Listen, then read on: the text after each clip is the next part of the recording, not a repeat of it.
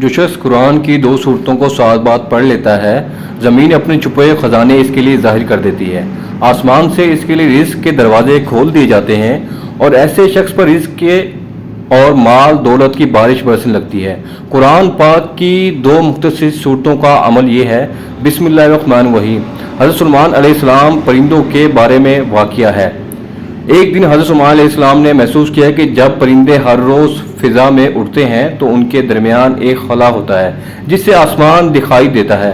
جب یہ خلا بار بار دکھائی دیا تو آپ علیہ السلام نے پرندوں سے پوچھا کہ یہ خلا کس کا ہے؟ پرندوں نے بتایا کہ یہ خلا کوے کے لیے ہے۔ حضرت سلیمان علیہ السلام نے حکم دیا کہ کوے کو لایا جائے۔ جب کوا آیا تو حضرت سلیمان علیہ السلام نے اس سے پوچھا کہ تم پرندوں کے ساتھ کیوں نہیں اڑتے؟ کوے نے جواب دیا، میرے پاس ایک عذر ہے جس کی وجہ سے میں پرندوں کے ساتھ نہیں اڑ سکتا۔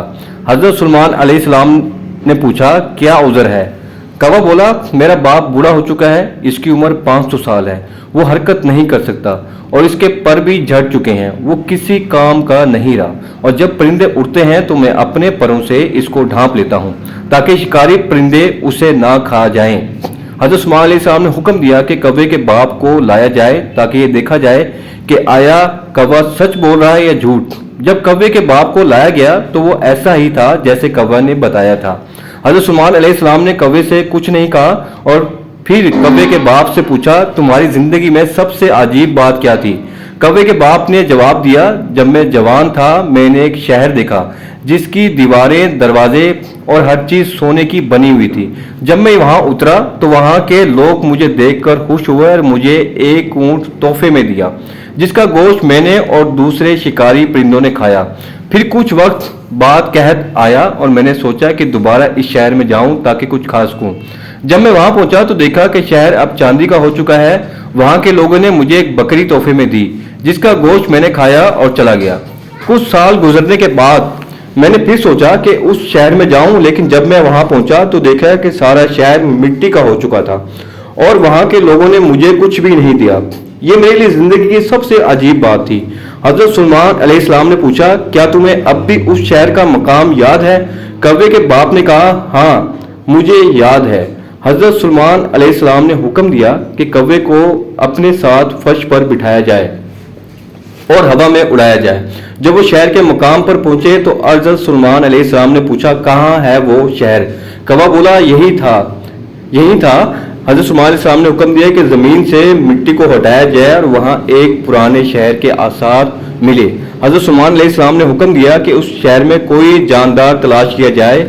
کچھ دیر بعد جنات میں ہوا نے بتایا کہ ایک کنویں میں ایک بڑا سانپ ملا ہے جس کی عمر 300 سال ہے۔ حضرت سلیمان علیہ السلام نے سانپ کو بلایا اور اس سے پوچھا، تم کون ہو؟ سانپ نے کہا، میرا نام سیاہ ہے۔ حضرت سلیمان علیہ السلام نے پوچھا، کیا تمہیں اس شہر کے لوگوں کی موت کے بارے میں کچھ معلوم ہے؟ سانپ نے کہا، میں تب تک کچھ نہیں بتاؤں گا جب تک آپ مجھے اللہ کا وعدہ نہ دیں کہ مجھے کوئی نقصان نہیں پہنچے گا۔ حضرت سلیمان علیہ السلام نے وعدہ دیا، میں تمہیں اللہ کا وعدہ دیتا ہوں کہ تمہیں کوئی نقصان نہیں پہنچے گا جب تک تم کچھ غلط نہ کرو۔ سانپ نے کہا، اس شہر کے لوگ اللہ کی نعمتوں میں بغاوت کر چکے تھے تو اللہ نے مجھے ان پر مسلط کیا اور میں نے کنویں کے پانی میں زہر ملا دیا جس سے وہ سب مر گئے۔ حضرت سلیمان علیہ السلام نے حکم دیا کہ شہر کو دوبارہ تعمیر کیا جائے اور جب شہر اپنی پرانی حالت میں واپس آیا تو حضرت سلیمان علیہ السلام نے سانپ کو قتل کرنے کا حکم دیا۔ سانپ نے کہا، اے اللہ کے نبی علیہ السلام، آپ نے مجھے اللہ کا وعدہ دیا تھا۔ حضرت سلیمان علیہ السلام نے جواب دیا، ہاں میں نے تمہیں وعدہ دیا تھا کہ جب تک تم شریعت کے خلاف کچھ نہ کرو تمہیں کوئی نقصان نہیں پہنچے گا، لیکن تم نے ایک شخص کو نہیں بلکہ ایک پوری قوم کو قتل کیا ہے۔ سانپ کو قتل کرنے کے بعد حضرت سلیمان علیہ السلام نے ان کے دانتوں کو شہر کے دروازے پر لٹکا دیا اور جب لوگ وہاں سے گزرتے تو پوچھتے کس کے دانت ہیں؟ جواب ملتا، یہ سانپ سیاہ کے دانت ہیں۔ وقت گزرنے کے ساتھ ساتھ لوگ کہنے لگے، یہ سیاہ کے دانت ہیں، پھر صرف دانت سیاہ کہنے لگے اور آخر کار شہر کا نام نابلس پڑ گیا۔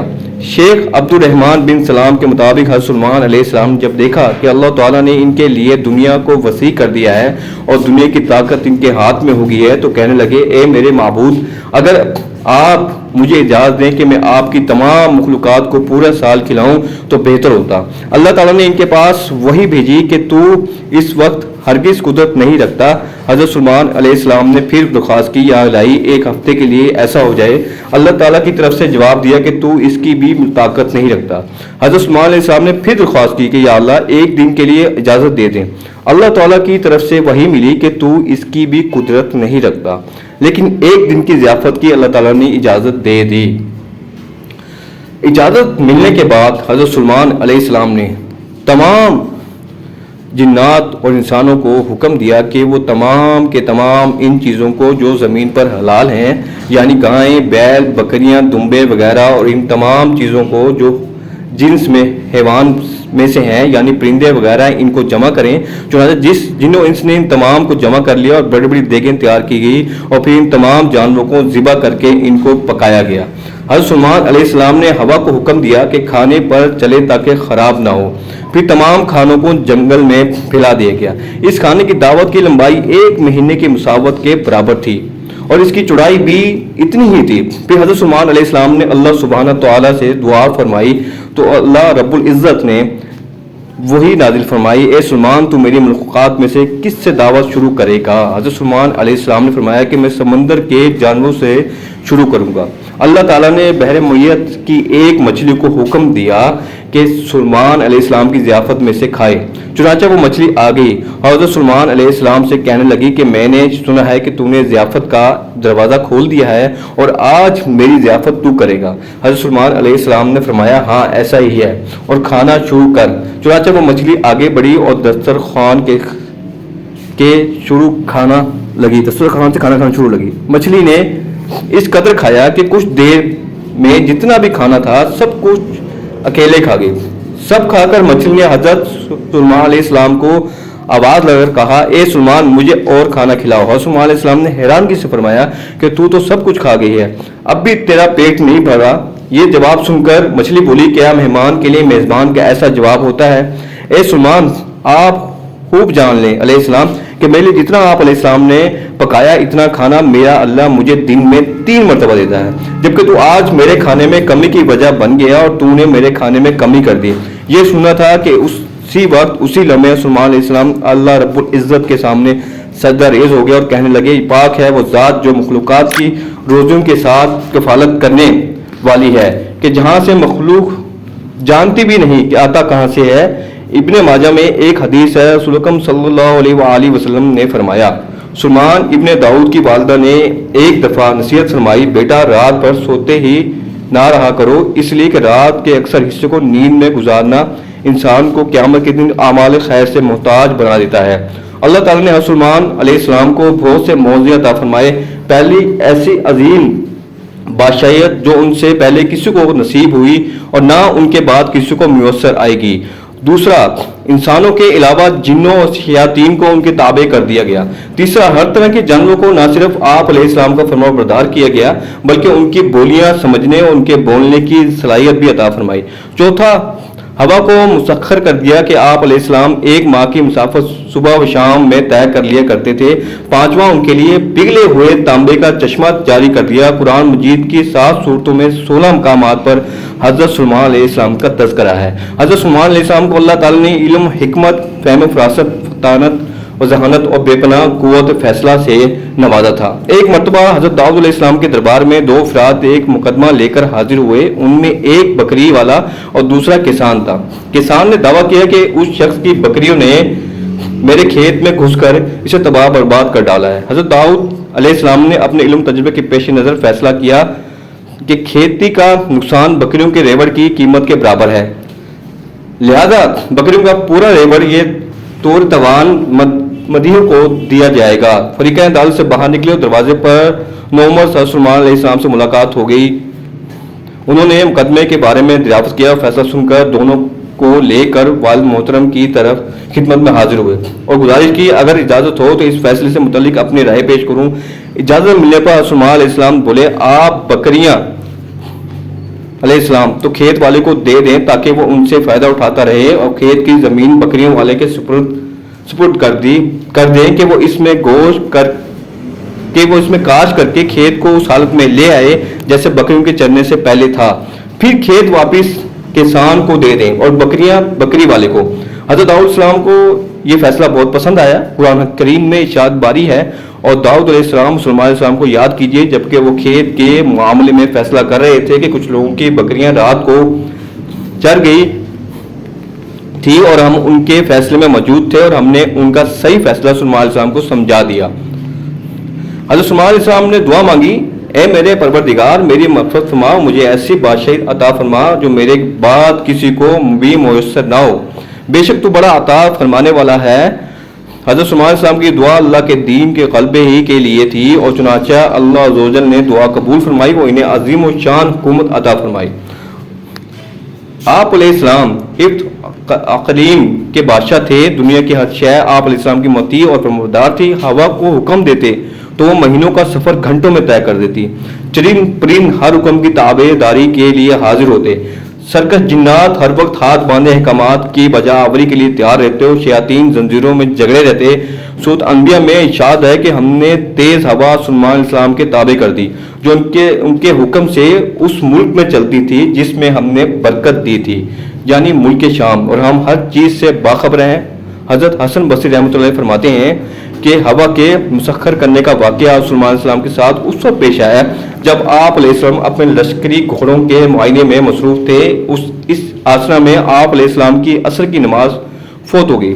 چونکہ اس غفلت کا سبب گھوڑے بنے تھے، لہٰذا انہوں نے اپنے ان خوبصورت اور پیش بہا گھوڑوں کو ذبح کر دیا۔ حضرت سلیمان علیہ السلام جب اپنی سواری کے جانور قربان کر دیے تو اللہ تعالیٰ نے انہیں ان سے بہتر سواری عطا فرمائی، قرطبی اور ہوا کو مسخر کر دیا۔ حضرت سلیمان علیہ السلام کے ان گھوڑوں کا واقعہ قرآن کریم کی سورہ سوات میں موجود ہے۔ حضرت ارشاد باری ہے، اور ہم نے سلیمان علیہ السلام کے لیے ہوا کو مسخر کر دیا کہ صبح کی منزل مہینے بھر کی ہوتی تھی اور شام کی منزل بھی سورہ سبا، یعنی حضرت سلیمان علیہ السلام سلطنت لشکر تخت پر بیٹھ جاتے اور جدھر آپ علیہ السلام کا حکم ہوتا ہوائیں اسے اتنی رفتار سے لے جاتی کہ ایک مہینے جتنی مسافت صبح سے دوپہر تک کی ایک منزل میں طے ہو جاتی، اور پھر اسی طرح ایک مہینے کی مسافت دوپہر سے رات تک میں، یعنی اس طرح ایک دن میں 2 مہینوں کی مسافت طے ہوتی۔ ابن ابی حاتم نے حضرت سعید بن جبیر سے نقل کی کہ تخت سلیمانی پر 6 لاکھ کرسیاں رکھی جاتی تھی جن پر حضرت سلیمان علیہ السلام کے ساتھ اہل ایمان انسان، ان کے پیچھے اہل ایمان جنات بیٹھتے۔ پھر پرندوں کو حکم ہوتا کہ وہ تخت پر سایہ کر لیں تاکہ آفتاب کی تپش سے تکلیف نہ ہو۔ ہوا اس عظیم الشان تخت کو اٹھا کر جہاں کا حکم ہوتا وہاں پہنچا دیتی۔ بعض روایت میں ہے کہ اس ہوائی سفر کے وقت پورے راستے حضرت سلیمان علیہ السلام سر جھکائے اللہ کے ذکر و شکر میں مشغول رہتے۔ ابن کثیر، اللہ تعالیٰ نے جنات اور شیاطین کو بھی حضرت سلیمان علیہ السلام کا تابع و فرمانبردار بنا دیا تھا، جو نوکروں چاکروں کی طرح آپ علیہ السلام کا ہر حکم بجا لاتے۔ سبحان اللہ۔ وہ آپ علیہ السلام کے لیے سمندر کی تہہ سے قیمتی موتی، ہیرے جواہرات نکال لاتے۔ حضرت سلیمان علیہ السلام کو بڑی اور خوبصورت عمارتیں بنانے کا شوق تھا، چنانچہ وہ آپ علیہ السلام کے حکم پر شاندار عمارتیں بناتے۔ اگر ان میں سے کوئی سرکشی کرتا تو حضرت سلیمان علیہ السلام اسے سزا دیتے اور زنجیروں میں جکڑ دیتے۔ قرآن کریم میں ارشاد ہے کہ ہم نے بہت سے شیاطین بھی ان کے تابع کیے تھے جو ان کے فرمان سے غوطہ لگاتے تھے اور اس کے سوا بھی بہت سے کام کرتے تھے اور ان کے ہر کام کرتے تھے۔ اور ان جنوں میں بھی وہ 2 طرح کے جنات تھے، ایک تو اہل ایمان تھے جو اپنے نبی علیہ السلام کا ہر حکم مذہبی فریضہ سمجھ کر پورا کرتے، لیکن جو جن کافر تھے انہیں شیاطین کہا گیا، وہ اپنے کفر اور سرکشی کے باوجود حضرت سلیمان علیہ السلام کے تابع فرمان تو رہتے، لیکن ان سے نقصان کا بھی اندیشہ تھا، اس لیے اللہ تعالیٰ نے ان کی حفاظت فرمائی۔ سورۃ سبا میں ارشاد ہے، جو کوئی ان میں سے ہمارے حکم سے پھرے گا ان کو ہم آگ کا مزہ چکھائیں گے۔ مفسرین فرماتے ہیں کہ اللہ تعالیٰ نے ایک فرشتہ مقرر فرما دیا تھا جس کے ہاتھ میں آگ کا سوٹا ہوتا، جن حضرت سلیمان علیہ السلام کی حسین سرتابی کرتا، فرشتے اسے مارتے جن سے وہ جل کر بھسم ہو جاتا۔ قرآن کریم میں ارشاد باری ہے، اور ہم نے ان کے لیے تانبے کا چشمہ بہا دیا۔ اللہ تعالیٰ کی جانب سے سلیمان علیہ السلام کو عطا کیے گئے معجزات میں سے ایک پگھلے ہوئے تانبے کے 2 وہ چشمے ہیں جن میں جنات بڑی بڑی دیگیں، لگن، برتن اور بحری جہاز تیار کیا کرتے تھے۔ تورات اور جدید تاریخی تحقیقات سے پتہ چلتا ہے کہ سلیمان علیہ السلام نے بڑے پیمانے پر بحری تجارت کا سلسلہ شروع کیا تھا۔ ایک طرف اسیون جابر سے ان کے تجارتی جہاز بحر عمر میں یمن اور دوسرے جنوبی مشرقی ممالک کی طرف جاتے، اور دوسری طرف بحر روم کی بندرگاہوں سے ان کا بیڑا، جسے بائبل میں ترسی بیڑا کہا گیا ہے، مقربی ممالک کی طرف جایا کرتا۔ اسیون جابر میں ان کے زمانے کی ایک عظیم الشان بھٹی ملی ہے۔ آثار قدیمہ کے ماہرین کا اندازہ ہے کہ یہاں ادوم کے علاقے عربا کے کانوں سے خام لوہا اور تانبا لایا جاتا، اور اس میں بھٹی میں پگھلا کر اسے دوسرے کاموں کے علاوہ جہاز سازی میں بھی استعمال کیا جاتا تھا۔ اس سے قرآن مجید کی اس آیات کا مشہور واقعہ واضح ہوتا ہے جو سورۃ سبا میں حضرت سلیمان علیہ السلام کے متعلق آئی ہے، اور ہم نے ان کے لیے پگھلی ہوئی دھات کا چشمہ بہا دیا۔ حضرت سعدی رحمۃ اللہ فرماتے ہیں کہ حضرت سلیمان علیہ السلام کے عہد میں قحط پڑا تو آپ علیہ السلام نے لوگوں کو نماز استسقاء کے لیے نکلنے کا حکم دیا۔ جب نماز پڑھنے میدان میں گئے تو وہاں ایک چونٹی اپنے قدموں پر کھڑی دعا کر رہی تھی، اے اللہ، میں بھی تیری مخلوق ہوں، ہمارا بھی تیرے فضل کے بغیر چارہ نہیں، تو اے اللہ ان پر بارش برسا دے۔ یہ سن کر آپ علیہ السلام واپس آ گئے اور لوگوں کو کہا کہ اب بارش ہو جائے گی۔ ایک مرتبہ سلیمان علیہ السلام نے پرندوں کی حاضری لی تو معلوم ہوا کہ حدود غائب ہے۔ بغیر اطلاع غیر حاضر ہونے پر آپ علیہ السلام کو غصہ آ گیا اور فرمایا، اگر حدود غیر حاضر کی معقول وجہ نہ بتائی تو اسے سخت سزا دوں گا اور ذبح کر دوں گا۔ حضرت عبداللہ ابن عباس رضی اللہ عنہ سے روایت کیا گیا کہ تمام پرندوں میں سے حدود کی تفتیش کی کہ کیا وجہ تھی۔ آپ علیہ السلام نے جواباً فرمایا حضرت سلیمان علیہ السلام نے کسی ایسے مقام پر قیام فرمایا جہاں پانی نہیں تھا۔ اللہ تعالیٰ نے حدود کو یہ خاصیت عطا فرمائی کہ وہ زمین کے اندر کی چیزوں اور زمین کے اندر بہنے والے چشموں کو بھی دیکھ لیتا ہے۔ حضرت سلیمان علیہ السلام کا مقصود یہ تھا کہ حدود سے معلوم کریں کہ اس میدان میں پانی کتنی گہرائی میں ہے اور کس جگہ زمین کھودنے سے پانی کافی مقدار میں مل سکتا ہے۔ حدود کی نشاندہی کے بعد وہ جنات کو حکم دیتے کہ زمین کھود کر پانی نکالو۔ مفکرین دین اسلام اس بات پر بہت زور دیتے ہیں کہ جہاں دینی تعلیمات ایک عام انسان کی روح کو پاکیزہ کرتی ہے، وہیں ایسی دینی تعلیم بھی ہونی چاہیے جو انسان کے روزگار اور رزق کے حوالے سے اس کی مددگار ہو۔ بلا شبہ رزق اور مال و دولت عطا کرنے والی ذات صرف اللہ تعالیٰ ہے۔ وہ وحدہ لا شریک ہی ہے اور جسے چاہے بے حساب رزق عطا فرماتا ہے۔ لیکن بزرگان دین نے کچھ ایسے طریقے کار بھی وضع کیے ہیں جو دینی تعلیمات کے عین مطابق ہے اور شب و ظہر کے آزمائے ہوئے مجرب عملات ہیں۔ 400 سال پرانی کتاب اجزا طریقات میں مفتی علامہ عبد القادر مصری رحمۃ اللہ علیہ سے مقبول رزق کے خزانے کھلوانے والا ایسا عمل بتایا گیا ہے کہ جس کے کرنے سے انسان پر دولت کی بارش ہونے لگتی ہے۔ خاصاً قرآنی عمل ہے اور ہر مرد و عورت چھوٹا بڑا یا بآسانی اس عمل سے مستفید ہو سکتا ہے۔ قرآن پاک کی وہ 2 چھوٹی صورتوں کا عمل ہے اور 7 اللہ کے ایک نام کا ورد ہے۔ ناظرین کرام، عمل میں بتایا گیا کہ ہر روز بلا ناگہ 2 مرتبہ یعنی صبح فجر کی نماز کے بعد اور شام میں عشاء کی نماز کے بعد قرآن کی 2 مختصر صورتیں پڑھنی ہیں۔ ان میں سے ایک پہلی سورت فتح ہے، اس کو 7 بار پڑھنا ہے، اور دوسری سورت علم نشرہ ہے، اس کو بھی 7 مرتبہ ہی پڑھنا ہے۔ ان دونوں صورتوں کو 7 بار پڑھ کر اللہ کا ایک نام یا رزاقو 313 مرتبہ پڑھنا ہے۔ اول و آخر درود شریف پاک پڑھنی ہے اور اس عمل کو اپنی زندگی میں شامل کر لیں۔ انشاءاللہ اس عمل کی برکت سے زمین اپنے چھپے ہوئے خزانے ظاہر کرنے لگتی ہے اور پڑھنے والے کے لیے آسمان سے رزق کے دروازے کھول دیے جاتے ہیں۔ ایسا شخص جو یہ عمل کرتا ہے اس پر رزق کی بارش ہونے لگتی ہے۔ مفتی علامہ عبد القادر مصری رحمۃ اللہ علیہ نے بہت سے واقعات کا ذکر بھی کیا ہے جن پر اس وظیفے کے سبب اللہ کی برکتیں اور رحمتیں نازل ہونے لگیں۔ یہاں اختصار سے بتانا مقصد یہ ہے کہ بے بہا اور وافر مال دولت حاصل کرنے کا بے شک قیمت عمل ہے اور اسے اپنی روزمرہ زندگی میں بالضرور شامل کریں اور پھر اپنی آنکھوں سے اس کے اثرات رونما ہوتے دیکھیں۔ اللہ تبارک تعالیٰ سے دعا ہے کہ نیکی کی بات کو سننے، سمجھنے، اس پر عمل کرنے کی طاقت توفیق عطا فرمائے اور میرا سنانا اور آپ کا سننا اپنی بارگاہ میں قبول منظور فرمائے۔ اللہ تعالیٰ سے دعا ہے کہ ہمیں قرآن شریف کو ترجمے کے ساتھ پڑھنے، سمجھنے، اس پر عمل کرنے اور دوسروں کو پہنچانے کی توفیق عطا فرمائے۔ جزاک اللہ، والسلام۔